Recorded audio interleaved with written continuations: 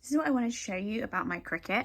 I've had my Cricut since lockdown in 2020, so I started up a little sticker business and that's what I had it for. But now I just have it here. So it sits right under here. So this is like my TV console and it just sits here. I know a lot of people struggle to find like a place to put their Cricut.